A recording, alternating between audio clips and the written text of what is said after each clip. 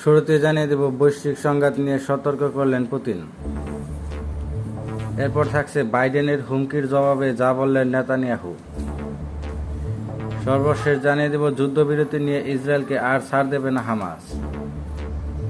শুনছিলেন শিরোনাম, এবার শুনবেন বিস্তারিত।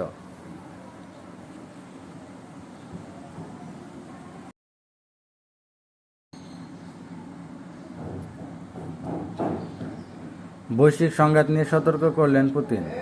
পশ্চিমাদের বিরুদ্ধে বৈশ্বিক সংঘাতের ঝুঁকি সৃষ্টির অভিযোগ করেছেন রাশিয়ার প্রেসিডেন্ট ভ্লাদিমির পুতিন। সতর্ক করে তিনি বলেন, বিশ্বের সবচেয়ে বড় পারমাণবিক শক্তিধর দেশকে কারো হুমকি বরদাস্ত করা হবে না।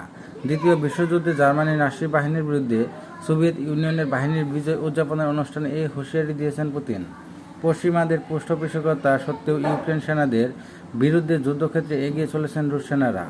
এই পরিস্থিতিতে দেওয়া বক্তব্যে অহংকারী পশ্চিমা অভিজাতবাসীদের বিরুদ্ধে নাৎসি বাহিনীকে পরাজিত করার ক্ষেত্রে সোভিয়েত বাহিনীর ভূমিকা ভুলে যাওয়ার অভিযোগ করেছেন পুতিন। পাশাপাশি পশ্চিমারা আবার দুনিয়া জুড়ে সংঘাত ছড়িয়ে দেওয়ার উস্কানি দিচ্ছে বলে অভিযোগ করেছেন তিনি। মস্কোর রেড স্কোয়ারে সেনা সমাবেশের এই অনুষ্ঠানে পুতিন বলেন, এই ধরনের উচ্চ বিলাসী কী ধরনের পরিণতির দিকে নিয়ে যায় তা আমরা অবশ্যই জানি। বৈশ্বিক সংঘাত প্রতিরোধে রাশিয়া সব কিছু করবে, কিন্তু একই সঙ্গে আমরা কাউকে আমাদের হুমকি দেওয়া বরদাস্ত করব না। আমাদের স্ট্র্যাটেজিক ফোর্স পারমাণবিক অস্ত্র ব্যবহারের দায়িত্বে নিয়োজিত বাহিনী সবসময় যুদ্ধের জন্য প্রস্তুত রয়েছে। 2022 সালের 24 ফেব্রুয়ারি ইউক্রেনের সেনা অভিযান চালানো পুতিন এই যুদ্ধকে দেখেছেন পশ্চিমাদের বিরুদ্ধে লড়াইয়ের অংশ হিসেবে। 1989 সালে বার্লিন দেওয়াল পতনের এই ঘটনা রাশিয়াকে অবমাননার মুখে ফেলেছে বলে মনে করেছেন তিনি। ইউক্রেন ও পশ্চিমারা পুতিনের বিরুদ্ধে সাম্রাজ্য বিস্তারের মতো ভূমি দখলের অভিযোগ করে আসছে। এই যুদ্ধে রাশিয়াকে পরাজিত করার অঙ্গীকার করেছে তারা। বর্তমানে ক্রিমিয়া উপদ্বীপ ও পূর্ব ইউক্রেনের 4টি অঞ্চলের বড় অংশ মিলিয়ে ইউক্রেনের 18% এলাকা রাশিয়ার নিয়ন্ত্রণে রয়েছে।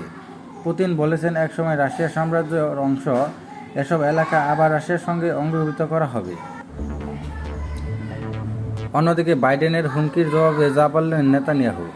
ইসরায়েলের প্রধানমন্ত্রী বেনিয়ামিন নেতানিয়াহু বলেছেন, তার দেশ একা দাঁড়াতে পারে। ইসরায়েলে মার্কিন অস্ত্রের চালান বন্ধের বিষয়ে যুক্তরাষ্ট্রের প্রেসিডেন্ট জো বাইডেনের হুমকির প্রতিক্রিয়ায় গতকাল বৃহস্পতিবার একথা বলেছেন নেতানিয়াহু। গত বুধবার সিএনএনকে দেওয়া এক সাক্ষাৎকারে বাইডেন মিত্র ইসরায়েলকে হুমকি দেন তিনি বলেন, ইসরায়েলি প্রধানমন্ত্রী ফিলিস্তিনের গাজায় রাফার পূর্ণমাত্রায় অভিযানের নির্দেশ দিলে যুক্তরাষ্ট্র দেশটিতে মার্কিন অস্ত্রের চালান বন্ধ করে দিতে পারে। বাইডেনের এই হুমকির প্রতিক্রিয়ায় নেতানিয়াহু বলেন, প্রয়োজন হলে আমরা একা দাঁড়াবো।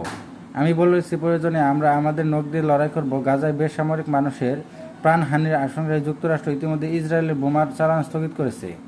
বাইডেনের হুমকি নাকচ করতে গিয়ে 1948 সালের যুদ্ধের কথা স্মরণ করেন নেতানিয়াহু।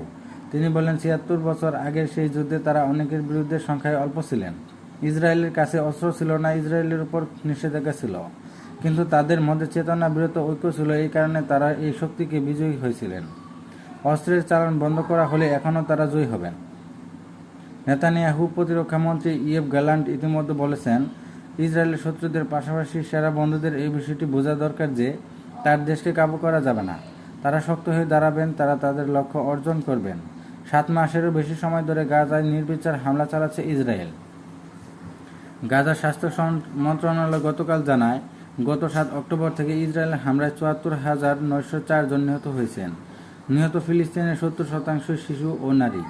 যুক্তরাষ্ট্রের হুমকি উপেক্ষা করে এখন গাজার রাফায় বড় ধরনের সামরিক অভিযান চালানোর প্রস্তুতি নিচ্ছে ইসরায়েল। এই নিয়ে যুক্তরাষ্ট্রের সঙ্গে ইসরায়েলের টানাপোড়েন দেখা দিয়েছে। সর্বশেষ জানিয়ে দেব, যুদ্ধবিরতি নিয়ে ইসরায়েলকে আর ছাড় দেবে না হামাস। গাজায় যুদ্ধবিরতি প্রতিষ্ঠা নিয়ে সমঝোতার ক্ষেত্রে ইসরায়েলকে আর কোনো ছাড় দিতে রাজি না থাকার কথা জানিয়েছেন ফিলিস্তিনি স্বাধীনতাকামী সংগঠন হামাস। গাজায় 7 মাস ধরে চলা ইসরায়েলের যুদ্ধ বন্ধের চেষ্টায় মিশরের কারবারায় আলোচনা অব্যাহত থাকার মধ্যে হামাস এই মনোভাবের কথা জানালো।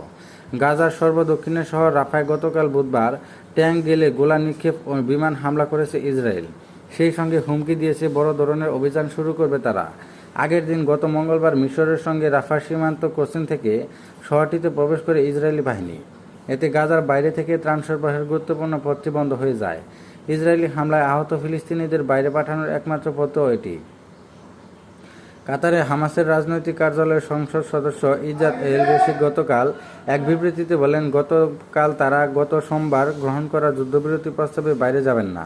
প্রস্তাবে অন্যান্য বিষয়ের মধ্যে গাজার জিম্মি ইসরায়েলিদের মধ্যে থেকে কয়েকজনকে মুক্তি ও ইসরায়েলের কারাগারে বন্দী ফিলিস্তিনি নারী ও শিশুদের ছেড়ে দেওয়ার কথা বলা হয়েছে।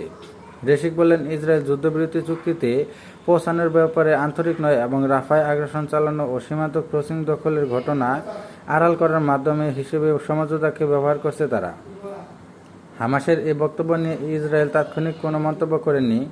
গতবার সোমবার দেশটি ঘোষণা করে হামাসের গ্রহণ করা 3 দফায় ওই যুদ্ধবিরতি প্রস্তাব মানা সম্ভব নয়, কেননা এটির শর্তগুলো খুব দুর্বল এবং তা কার্যকর করার মতো নয়।